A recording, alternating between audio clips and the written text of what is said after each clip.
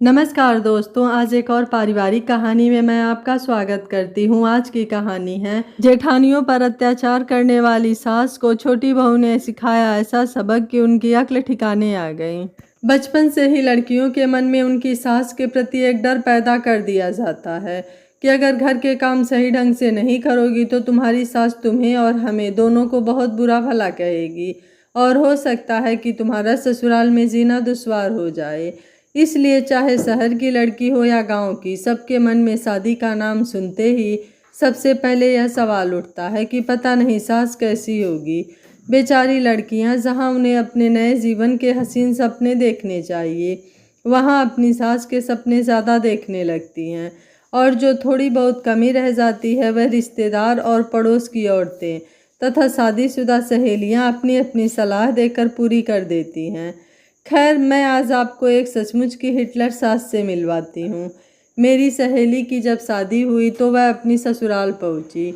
उसका रीति रिवाज से गृह प्रवेश कराया गया और जब तक रिश्तेदार घर में रुके तब तक सब ठीक, लेकिन सास तो सास थी। इसलिए पहले दिन ही रात को मेरी सहेली से पहले से ही अलग ले जाकर बोल दिया कि देखो, अब यह तुम्हारा घर है और इसकी इज्जत तुम्हारी इज्जत है, इसलिए किसी को कुछ बोलने का मौका मत देना और सुबह सबके उठने से पहले ही उठ जाना, ताकि सबको पता चले कि मेरी छोटी बहू कितनी संस्कार वाली है। वह अपनी जेठानी जैसी नहीं जो सुबह 7 बजे तक सोती रहती हैं और कुछ काम का भी नहीं है। अब बेचारी मेरी सहेली अपनी सास के आगे खामोश खड़ी थी और हाँ में गर्दन हिलाकर अपनी सहमति बता दी।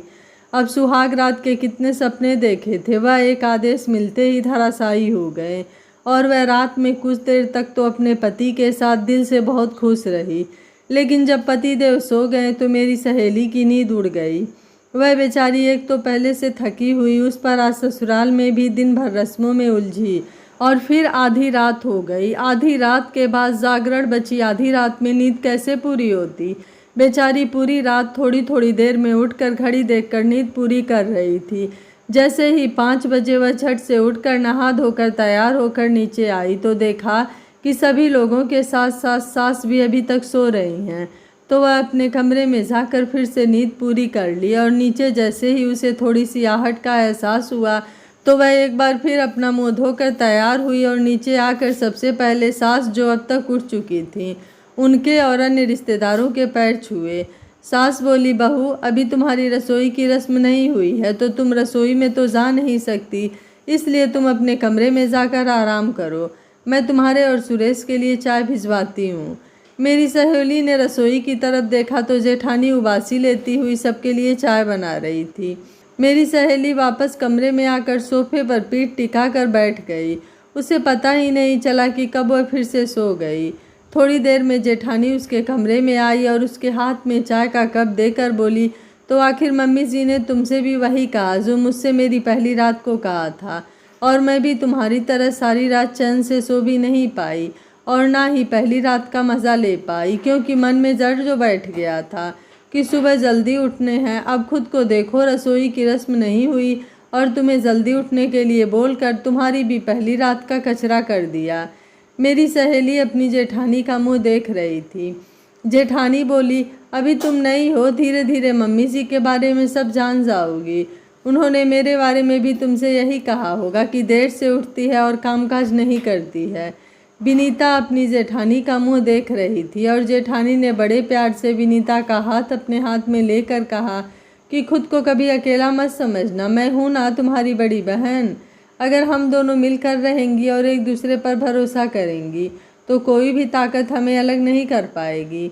फिर चाय विनीता को देकर बोली, देवर जी को उठाकर चाय पिला दो, तब तक मैं नाश्ते का इंतज़ाम करती हूँ। इतना कहकर जेठानी चली गई और विनीता ने सुरेश को उठाकर चाय का कप दिया और दोनों चाय पीने लगी। थोड़ी देर बाद जेठानी 3 प्लेट में नाश्ता लेकर आई और बोली, मैं सबको नाश्ता कराकर ऊपर आ गई कि हम तीनों एक साथ नाश्ता करेंगे, तुम्हें तो कोई ऐतराज नहीं है देवर जी। तो सुरेश बोला, अरे भाभी, कैसी बात करती हो, आओ, बड़ी जोर की भूख लगी है, चलो जल्दी से नाश्ता शुरू करो। और तीनों लोग नाश्ता करने लगे।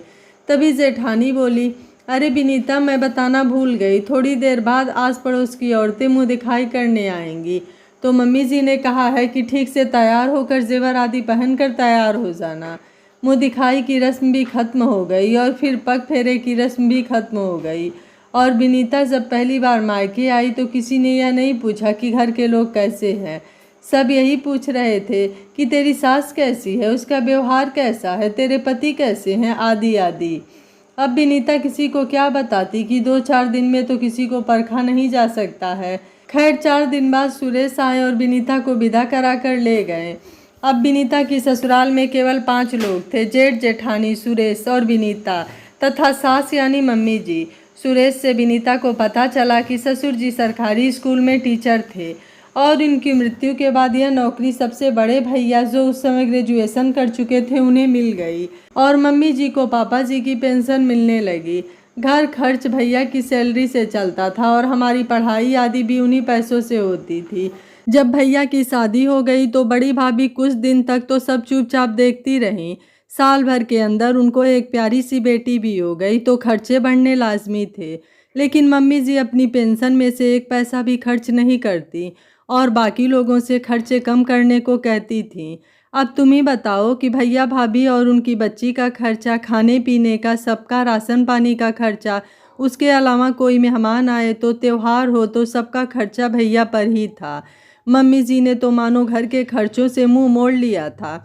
लेकिन एक बात थी, पापा जी की मृत्यु के बाद मम्मी को नॉवेल पढ़ने का शौक़ ऐसा लगा कि वह आज तक नहीं छूटा और खाने पीने का भी शौक़ लगा था तो वह अपने शौक़ पेंशन के पैसों से पूरे करती थी और अपने लिए लाए गए सूखे मेवे और अन्य नमकीन आदि वह घर में किसी को नहीं देती थी।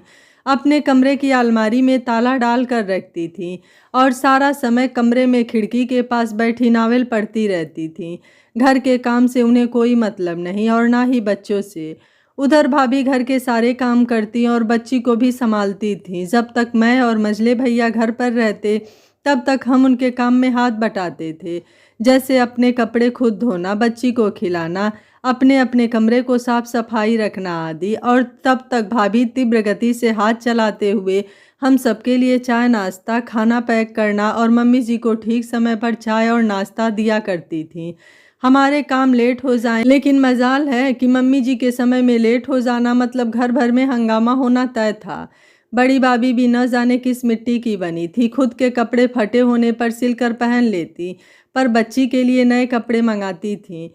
कुछ दिन बाद मझले भैया की शादी हुई तो मझली भाभी को मम्मी जी ने आते ही पता नहीं कैसी पट्टी पढ़ाई कि वह बड़ी भाभी के साथ कभी ठीक से रह नहीं पाई। बड़ी भाभी को अजीब लगा। पहले तो वह यह समझती रही कि नया घर नया माहौल है इसलिए झिझकती है। तो उन्होंने एक दिन जब मम्मी जी घर पर नहीं थी तो मझली भाभी से बात की और उन दोनों के बीच की गलतफहमी दूर हो गई।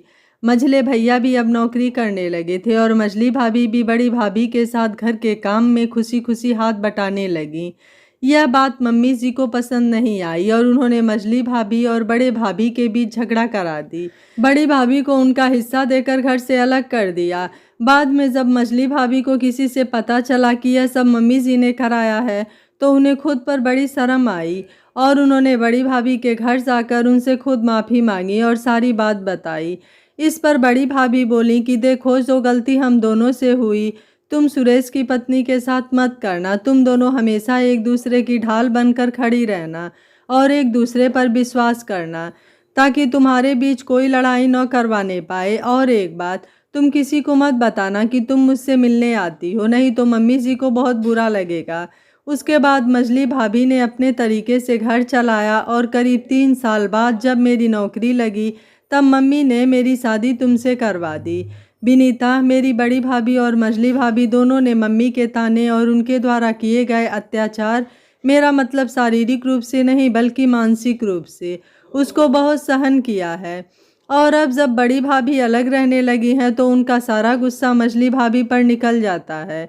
तो प्लीज़ अगर गुस्से में कभी मझली भाभी तुम्हें कुछ बोल दे तो बुरा मत मानना, क्योंकि वह अपना गुस्सा किस पर निकालेंगी।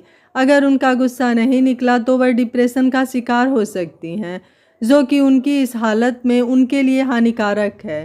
तभी मझली भाभी भी कमरे में आ गई और बोली कि मैंने तुम दोनों को डिस्टर्ब तो नहीं किया। तब विनीता हंसकर बोली, नहीं भाभी, हम तो बस घर और मम्मी जी के बारे में बात कर रहे थे। यह मुझे बड़ी भाभी और आपके बारे में बता रहे थे। इस पर मझली भाभी, जिनका नाम नीता था, बोली, हाँ विनीता, जब मैं शुरू में इस घर में आई तो मम्मी जी ने मेरे और बड़ी भाभी के बीच में दरार डालनी शुरू कर दी। मेरी तरफ से ना जाने क्या क्या बात उन्हें बताती और उनकी अनकही बातें मुझे नमक पारे लगा कर सुनाती और हम दोनों ही उनकी इस चाल में फंस गईं। खुद तो घर के कामों से हाथ छोड़कर कमरे में बैठी नावल पढ़ती रहती। इधर हम दोनों देवरानी जेठानी का काम खत्म होने के बाद भी चुपचाप अपने कमरे में बैठे रहते थे। ऊपर से मम्मी जी ने घर के कामों का बंटवारा भी कर दिया ताकि हम दोनों आपस में बात न कर सकें। सुबह की रसोई बड़ी भाभी संभालती और घर की साफ सफाई मैं, तथा शाम की रसोई मैं करती तो बड़ी भाभी साफ सफाई करती थी। एक दिन की बात, मम्मी जी को किसी बहुत ज़रूरी काम से 2 दिन के लिए बाहर जाना पड़ा। अब घर में हम दोनों अकेले अलग अलग चुपचाप बैठे। तब बड़ी भाभी, जो कि मम्मी जी की आदत से अब तक वाकिफ़ हो चुकी थी, 2 कप चाय बनाकर मेरे कमरे में आई और फिर मुझसे बात करना शुरू किया। तो मुझे लगा कि इतनी हंसमुख और मिलनसार लड़की तो इतनी कठोर नहीं हो सकती। तब मैंने बड़ी भाभी से पहली बार अपने दिल की बात कही कि आप तो मम्मी जी से मेरे बारे में बहुत उल्टा सीधा बोलती हैं, तो फिर आज इतना प्यार से कैसे बोल रही हैं। तब बड़ी भाभी बोली कि देखो नीता, तुम अभी नई नई आई हो तो मम्मी जी को अच्छी तरह से नहीं जानती। मैं तो तब से यहाँ पर हूँ जब तुम्हारे पति 10वीं कक्षा में और सुरेश 5वीं कक्षा में पढ़ते थे।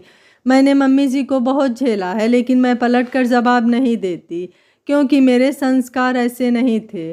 तुम्हें पता है, जब मेरी बड़ी बेटी हुई तो मम्मी जी ने ना तो मुझे मायके जाने दिया और ना ही मेरी देखभाल ठीक ढंग से की, जिस कारण मैं बहुत कमज़ोर हो गई और उस पर भी घर के सारे काम मुझसे ही करवाती थी। तब सुरेश और तुम्हारे पति तथा तुम्हारे बड़े भैया को मम्मी जी की बातें बहुत बुरी लगती थी, तो यह लोग मेरा काम आसान करने के लिए घर के बहुत से छोटे बड़े काम, जैसे साफ सफाई, अपने कपड़े अपने आप धोना, सब्जी काट देना, चुपचाप बर्तन साफ कर देना। अगर मेरा मन कुछ चटपटा तीखा खट्टा खाने का करता तो सुरेश मम्मी से अपने लिए पैसे मांगकर मेरे लिए चीज़ ले आता था और ऐसा ही तुम्हारे पति भी कर दिया करते थे। जब चिक्की का जन्म हुआ तो बहुत ही साधारण तरीके से नामकरण हुआ। इतना होने के बाद भी मैंने कभी मम्मी जी को कुछ नहीं कहा, लेकिन हद तो तब हो गई जब बच्ची के होने के महीना भर भी नहीं हुआ था कि उन्होंने मुझे फिर से घर के कामों में लगा दिया। अब एक तो मैं पहले ही कमज़ोर, क्योंकि मेरी देखभाल जैसी एक जच्चा की होनी चाहिए थी वैसी नहीं हुई। दूसरे बच्चा होने के बाद शरीर को और भी देखभाल चाहिए होती है, क्योंकि शरीर बहुत कमज़ोर हो जाता है। अगर इस समय ध्यान न दो तो आगे और भी परेशानी होती है। पर मैं क्या करती, उनका कहना मानना पड़ा। अब जब मैं रसोई में होती तो बच्ची रोने लगती, अगर उसे देखती तो मम्मी को चाय चाहिए होती। मतलब यह कि उन्होंने मुझे इस कदर परेशान कर दिया कि क्या कहूँ। कभी कभी तो मैं रोने लगती थी, तब मेरे दोनों देवर और पति मुझे सहारा देते, अगर मेरा हौसला बढ़ाते थे। जब तुम आई तो मैं बहुत खुश थी कि चलो अब मेरा दुख दर्द बांटने वाली, बात करने वाली कोई तो मिला। लेकिन मम्मी जी ने हमें कभी आपस में बात करने का मौका ही नहीं दिया और अपनी तरफ से हम दोनों की बातें, जो हमने कभी कही ही नहीं थी, नमक मिर्च लगाकर बताती रहीं और हम दोनों के बीच दरार पैदा कर दी। आज मौका मिला तो तुमसे बात करके दिल को सुकून मिला। मैं तो तुम्हें अपनी छोटी बहन मानती हूँ। यह सब सुनकर मेरे दिल का मैल भी धुल गया और हम दोनों एक दूसरे के गले लगकर बहुत देर बैठी रहीं। तभी बड़ी भाभी बोली कि देखो नीता, जब मम्मी जी आ जाएं तो तुम और मैं वैसे ही नाटक करते रहेंगे जैसा मम्मी जी चाहती हैं। उन्हें पता नहीं चलना चाहिए कि हम दोनों में दोस्ती हो गई है। इसके बाद जब मम्मी जी आ गईं तो उन्होंने हमें अलग अलग बुलाकर घर की सारी बात पूछी और हम दोनों ने उनके मन मुताबिक जवाब दे दिया। वह बहुत खुश हुई। नीता बोली, विनीता सुनो, एक दिन की बात, चिक्की उस समय 2 साल की थी और बड़ी भाभी एक बार फिर से प्रेग्नेंट थी। यह बात उन्होंने मम्मी जी को बताई तो वह बोली कि एक तो वैसे ही खर्चे पूरे नहीं होते, ऊपर से तुम बच्चों की फौज खड़ी कर दो, इस बच्चे को जाकर गिरवा दो। यह सुनकर बड़ी भाभी और भैया ने फैसला किया कि वह बच्चा नहीं गिराएंगे। यह सुनकर मम्मी जी को लगा कि यह तो मेरा अपमान है। तब तक बड़ी भाभी को 3 महीने होने वाले थे और उनकी आदत थी जल्दी जल्दी चलने की। तो मम्मी जी ने एक दिन रसोई के आगे तेल और सरफ के पानी को गिराकर फैलाया और खुद जाकर अपने कमरे में बैठ गईं। यह सब मैं चुपचाप देख रही थी। तभी मम्मी जी ने बड़ी भाभी को आवाज़ लगाई, अरे बड़ी बहू, जल्दी से रसोई में जाकर मेरे लिए चाय लेकर आ। बड़ी भाभी अपने कमरे में थी, वह हड़बड़ा गईं और जल्दी से आईं। जी मम्मी जी कहकर रसोई की तरफ जाने लगीं कि अचानक उनका पैर उस पानी तेल पर पड़ा, वह फिसल कर गिर पड़ी और जोर से चीख मारकर मम्मी जी को बुलाने लगीं। लेकिन मम्मी जी नहीं गईं। मैंने सुना तो मैं भाग कर गई तो देखा कि भाभी को ब्लीडिंग हो रही थी। मैंने मम्मी जी के पास जाकर कहा कि भाभी को खून आ रहा है, तो बोली कि चोट फाइट में तो खून निकलता ही है, ज़रा सी हल्दी लगा दो, ठीक हो जाएगा। और हाँ, तू चाय बनाकर मुझे दे जा। यह सुनकर मुझे बड़ा गुस्सा आया। तभी बड़े भैया आ गए और भाभी की हालत देखकर तुरंत डॉक्टर के पास ले गए, जहाँ डॉक्टर ने बताया कि उनका मिसकैरेज हो गया था। भाभी बहुत रोई। जब वह घर आई तो डॉक्टर ने उन्हें कुछ दिन आराम करने को कहा। मैंने घर की जिम्मेदारी संभाली और भाभी के खाने पीने का भी ध्यान रखा। साथ ही उन्हें यह भी बता दिया कि मम्मी जी ने रसोई के बाहर तेल और सर्फ का पानी फैलाया था। यह सुनकर बड़े भैया हैरान रह गए और उसके बाद उन्होंने तथा भाभी ने अलग होने का फैसला कर लिया और वह भी इसी शहर में रहते हैं। अब उनके एक प्यारा सा बेटा है और वह लोग बहुत खुश हैं। मैं और तुम्हारे जेठ जी तथा सुरेश भी कभी उनसे मिलने चले जाते हैं, मम्मी जी से छिपकर। यह सब कहने के बाद नीता बोली, मैं जानती हूँ कि तुम्हारी शादी की पहली रात मम्मी जी ने तुम्हें मेरे खिलाफ भड़काने की कोशिश और तुमसे सुबह जल्दी उठने को कहा था। तभी तुम ना तो सुहाग रात का मज़ा ले पाई और ना ही पूरी नींद ले पाई।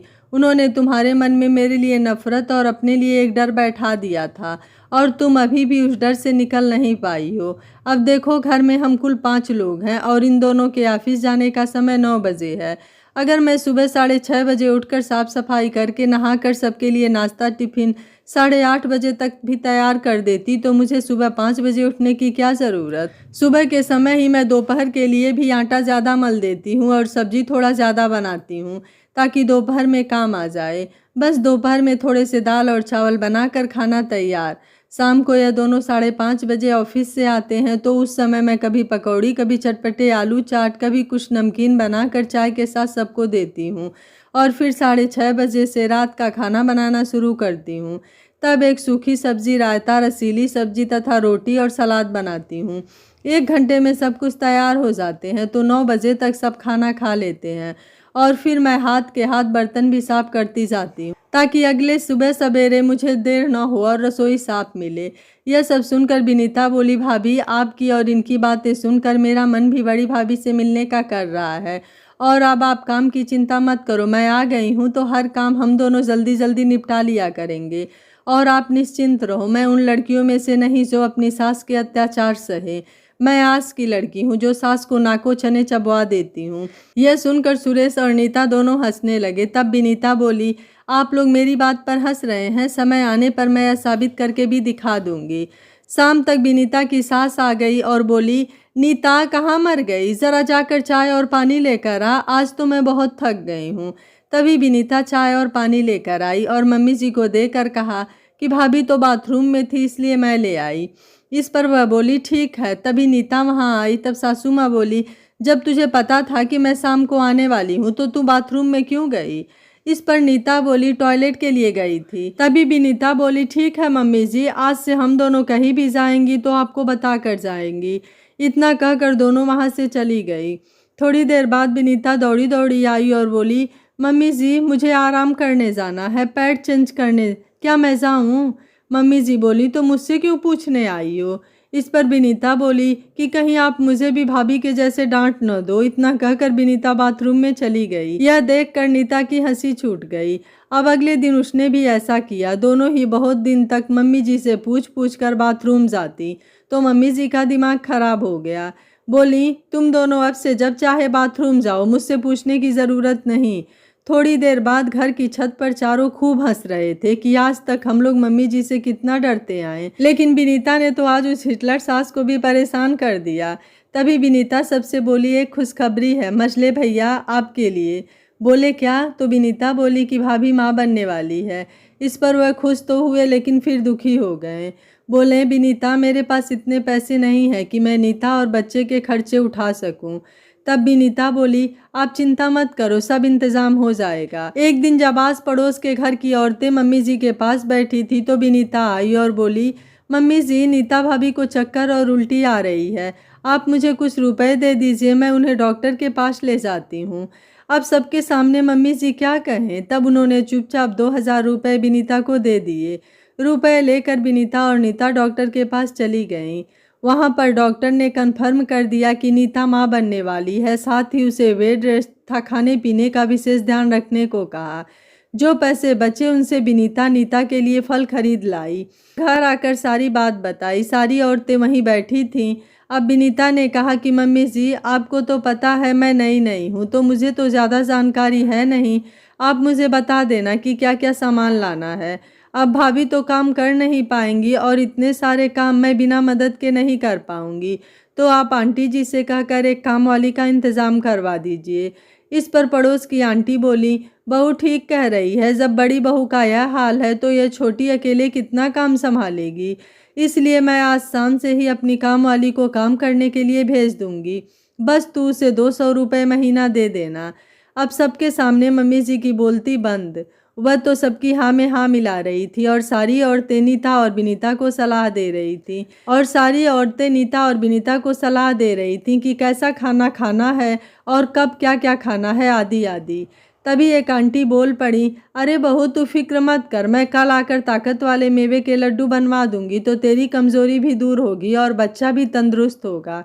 इस पर विनीता बोली, आंटी जी, आप बता दीजिए कि कौन कौन से मेवे कितने कितने पड़ेंगे, तो हम मंगवा लेंगे, तब आप बनवा देना। इस पर उन्होंने विनीता को लिस्ट बना कर दिया और कहा कि रोज़ 2 लड्डू सुबह शाम दूध के साथ खाने पर ताकत जल्दी आएगी। इधर मम्मी जी मन ही मन दोनों बहुओं को और पड़ोसन को कोस रही थी कि कितना खर्चा करवा दिया इस छोटी बहू ने, पर कहती क्या, क्योंकि आज तो ऊंट पहाड़ के नीचे आया था। जब सब औरतें अपने घर चली गई तो विनीता ने मम्मी जी से पैसे मांगे ताकि वह जाकर सारे सामान ले आए। तब मम्मी जी का क्रोध बढ़ गया और घर में हंगामा शुरू कर दिया। जब बहुत देर तक बोलने पर भी दोनों बहुएं चुप रही, तब विनीता बोली, मम्मी जी, अब अगर आप एक शब्द भी बोली तो अंजाम ठीक नहीं होगा। मैं आपके बारे में सब जान चुकी हूँ। आपने जो जुल्म बड़ी भाभी के साथ किए, मैं छोटी भाभी के साथ नहीं होने दूंगी। इसलिए आपकी भलाई इसी में है कि आप मुझे पैसे दे दे, वरना आज के बाद छोटे भैया और यह भी अपनी तनख्वाह आपको नहीं देंगे बल्कि हमें देंगे, ताकि आपसे बार बार पैसे न मांगने पड़े। और आपको तो पेंशन मिलती है, उसके बाद आप क्या करती हैं? आप बस सारा दिन नॉवेल पढ़ना और बैठे बैठे सूखे मेवे खाना खुद के लिए ठीक और जिसे ज़रूरत उसके लिए मनाही। ऐसा क्यों? क्या हम इंसान नहीं हैं? हमें कमज़ोरी नहीं आती? हम क्या मशीन हैं जो आपके हर हुक्म का पालन करने मिनट से पहले हाजिर हो जाएं? आपको पता भी है, आपके गुस्से और आदेश का पालन करने में बड़ी भाभी डिप्रेशन का शिकार हुई थी। अब और छोटी भाभी का भी वही हाल होने वाला था कि हमने समय रहते सब संभाल लिया। आपको क्या, आपको तो बस अपनी इच्छा शौक पूरा करने और सबको अपना गुलाम बनाकर रखने से मतलब है। क्या आपने कभी सोचा कि कल की हम दोनों भी अपने परिवार के साथ अलग रहने लगे तो आप किस पर अपना हुक्म चलाएंगी? इतना कहकर विनीता चुप हो गई। सुरेश और उसके भैया भी नीता के साथ सारी बातें सुन रहे थे। मम्मी जी एकटक विनीता का चेहरा देख रही थी, फिर वह चुपचाप अपने कमरे में चली गई। रात का खाना और चाय नीता उनके कमरे में रख आ गई। सबने खाना खाया और फिर सोने चले गए। अगले दिन जब विनीता उठी तो देखा कि रसोई में मम्मी जी चाय बना रही हैं और काम वाली से काम करवा रही हैं। यह देखकर विनीता को झटका लगा और उसने जाकर मम्मी जी से कल की बातों के लिए माफ़ी मांगी और कहा कि मुझे माफ़ कर दीजिए मम्मी जी, मैं खुद को काबू में नहीं कर पाई, आप जाकर आराम कीजिए, मैं सब काम संभाल लूँगी। इस पर मम्मी जी बोली, नहीं विनीता, आज तक मेरी आंखों पर पट्टी बंधी थी। जो व्यवहार मेरे साथ हुआ उसी का यह परिणाम था कि मैं भी अपनी सास जैसी कठोर पत्थर दिल बन गई। कल तूने मेरी आंखों से पट्टी उतार दी है। आज से मैं अपनी सारी गलतियों के लिए प्रायश्चित करूंगी और बड़ी बहू को भी इस घर में दोबारा लेकर आऊंगी। आखिर दोनों बच्चों को दादी का प्यार भी तो मिलना चाहिए और नीता को पूरा आराम, ताकि उसका होने वाले बच्चे को मैं खिला सकूं। जाओ, सबको यह चाय देकर आओ, फिर मेरे साथ सबको नाश्ता टिफिन बनाकर बड़ी बहू के घर चलकर उसे भी साथ लेकर आते हैं। यह सुनकर विनीता सबको चाय देकर यह खुशखबरी सुनाती है कि मम्मी जी बदल गई और वह बड़ी भाभी को आज ही घर लेकर आएंगी। इस पर सुरेश और छोटे भैया ने ऑफिस से एक दिन की छुट्टी ले ली और नाश्ता करके मम्मी जी के साथ बड़ी भाभी को वापस घर ले आए। अब सास बहुओं के बीच के सारे गिले शिकवे दूर हो गए थे और सब हंसी खुशी रह रहे थे। यह कहानी आपको कैसी लगी आप मुझे अपनी राय कमेंट बॉक्स में ज़रूर दीजिएगा। वीडियो पसंद आया है तो वीडियो को लाइक शेयर एंड चैनल को सब्सक्राइब कर लीजिएगा। Thank you for watching. मिलते हैं अगली कहानी में।